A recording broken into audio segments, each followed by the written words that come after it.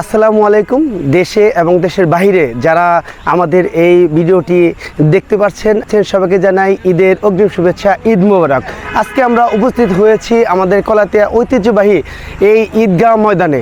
আগামীকাল ঈদের জামাত, একটি জামাত অনুষ্ঠিত হবে, সেটা সকাল 7:30টার সময়। সেই উপলক্ষে আমরা দেখতে পাচ্ছি আমাদের এখানে কমিটির লোকজন এসে উপস্থিত হয়েছেন। আমরা তাদের কাছে জানতে চাইব যে তারা কালকে কেমন ধরনের প্রস্তুতি নিয়েছে। চলুন আমরা আপনাদেরকে দেখাই। এখানে যে উপস্থিত হয়েছেন সভাপতি, সেক্রেটারি সহকারে সকল সদস্যবৃন্দ এখানে উপস্থিত হয়েছেন।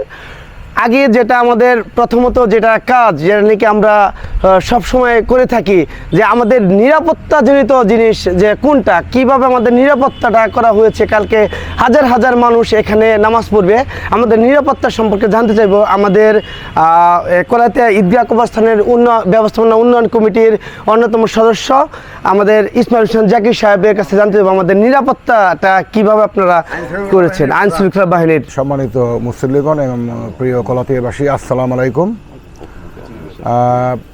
আপনারা জানেন যে প্রতি বছরই নেয় আমাদের এই যে কলাতিয়া কেন্দ্রীয় ঈদগাহ, এখানে সুসজ্জিত করা হয়েছে এবং আগামীকালকে ইনশাআল্লাহ ঈদুল আজহার নামাজের যে ব্যবস্থা করা, সমস্ত কিছু অলরেডি ঠিক হয়ে গেছে। এবং আমরা গত 3 দিন আগে আমাদের যে কলাতিয়া পুলিশ ফাঁড়ির ইনচার্জ, ওইখানে আমরা ঈদগাহ কমিটি আমরা 4-5 জন যে দায়িত্বে আছি, আমরা ওখানে গিয়েছিলাম এবং তাদেরকে আমরা ইনফর্ম করেছি যে আপনারা অবশ্যই, অনেক বিশাল বড় এখানে একটা জামাত হয়, আপনারা অবশ্যই থাকবেন। হ্যাঁ, তারা সাদরে গ্রহণ করেছে এবং তারা বলেছেন যে অবশ্যই আমরা একদম ফজর নামাজের পর থেকেই এইখানে নিরাপত্তার জন্য আমরা ঈদগাহে উপস্থিত থাকব। তো কলাতিয়াবাসীকে সবাইকে বলি, আপনারা ইনশাআল্লাহ সকাল 7:30 বাজে আমাদের একটি জামাতি হবে, আপনারা ইনশাআল্লাহ উপস্থিত থাকবেন।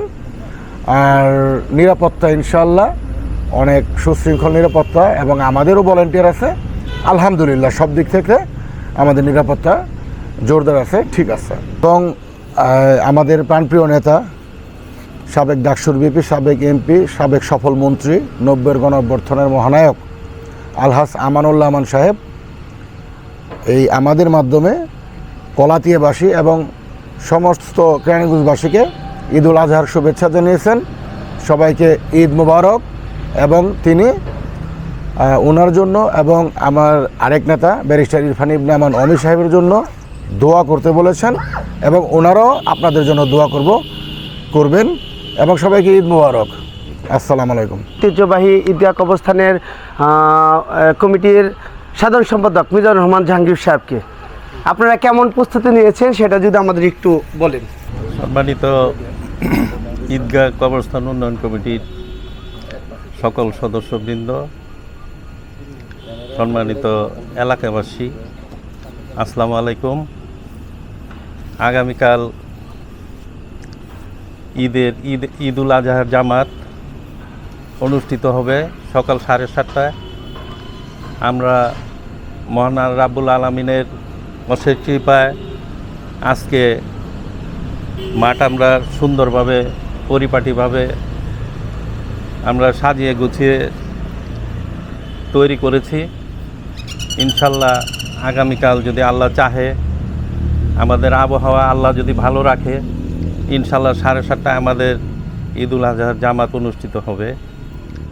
তো আমরা এলাকাবাসীকে অবশ্যই বলবো, আপনারা সকাল 7:30টায় এই জামাতে উপস্থিত হবেন। এই আশায় আমি আপনাদের কামনা করি আপনারা সবাই উপস্থিত থেকে আমাদের এই জামাতে অংশগ্রহণ করবেন ইনশাআল্লাহ। সবাইকে ঈদের অগ্রিম শুভেচ্ছা জানিয়ে আমি শেষ করছি। আসসালামু আলাইকুম। সম্পাদক সাহেবকে এখন আমরা জানতে চাইব আমাদের সভাপতির কাছে, যে আমরা যে এত বড় জামাতরা আয়োজন করতেছি, তিনি কীভাবে আমাদেরকে দর্শকদেরকে বা মুসলমানদেরকে আহ্বান জানাচ্ছে বা আরও কী কী প্রস্তুতি নিচ্ছে, আমি সেই সম্পর্কে জানতে চাইব। আপনাদের প্রস্তুতি এবার কেমন, বা কি আপনাদের আহ্বান আছে আমাদের এই মুসলিমদের কাছে? বিসমিল্লাহির রহমানির রহিম। আসসালামু আলাইকুম ওয়া রাহমাতুল্লাহি ওয়া বারাকাতুহু। আসলে আমাদের সকল প্রস্তুতি আল্লাহর রহমতে সম্পূর্ণ। আমরা মাঠের এই সব পরিচর্যা এবং প্রস্তুতি যা আছে সবগুলো ইতিমধ্যে সম্পূর্ণ হয়েছে। এখন শুধু আমরা অপেক্ষা করছি আগামীকাল সকাল 7:30 জামাতের। আমরা আহ্বান জানাবো অত্র এলাকার এবং বিভিন্ন যারা এখানে নামাজ পড়তে আসেন তারা যথাসময়ে এখানে উপস্থিত হবেন। কোনো কারণে যদি বৈরী আবহাওয়ার কারণে আসতে না হয় তাহলে নিজ নিজ মসজিদে হয়তো জামাত হবে, কিন্তু বৃষ্টি হলেও ইনশাআল্লাহ এখানে একটা জামাত হবে। এই জন্যই সবাইকে যারা নামাজ পড়বেন আমি আহ্বান জানাবো আপনারা এখানে আসবেন। এবং আমরা যেভাবে সহযোগিতা পাচ্ছি সেটা হলো আমাদের স্বেচ্ছাসেবকের একটা টিম আছে, আইনশৃঙ্খলা বাহিনী আছে এবং আমাদের কমিটির সকল সদস্য এবং অত্র এলাকার সর্বসাধারণ আমাদেরকে যথেষ্ট সহযোগিতা করে থাকেন। আমি একটা আহ্বান জানাবো, এই ঈদগার পাশেই কবরস্থান, এই দুইটা একই প্রতিষ্ঠান। এই কবরস্থানে সারা বছরের আয় ব্যয় এই সাধারণ মুসলমান ভাই বোনদের দানের উপরে এই ঈদগার সমস্ত খরচ চলে।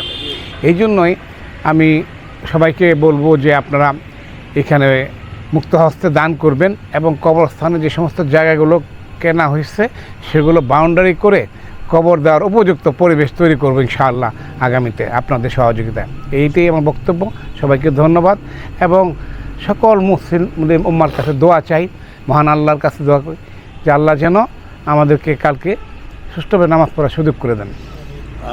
এলাকাবাসী আসসালামু আলাইকুম।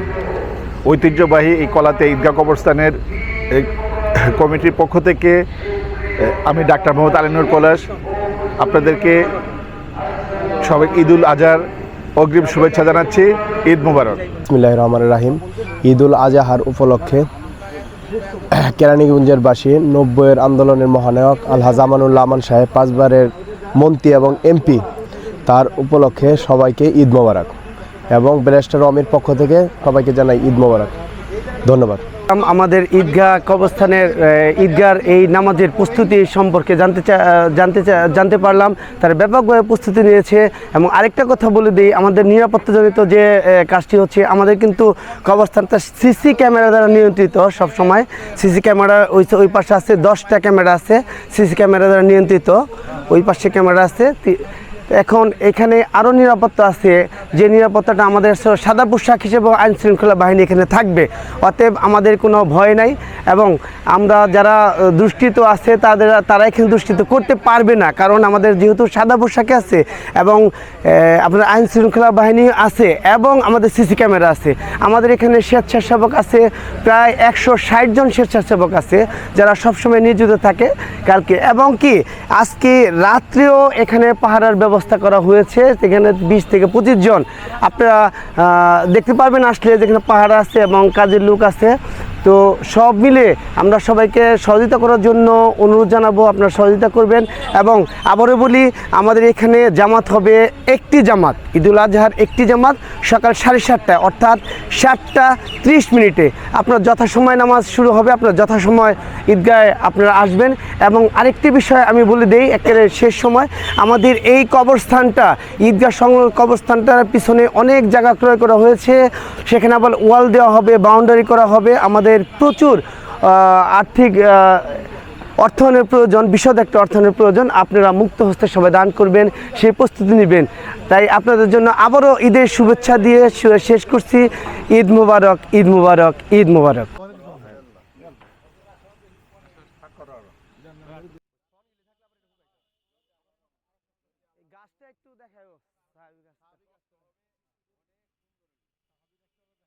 কাতারগুলি কাতারগুলি কাতারগুলি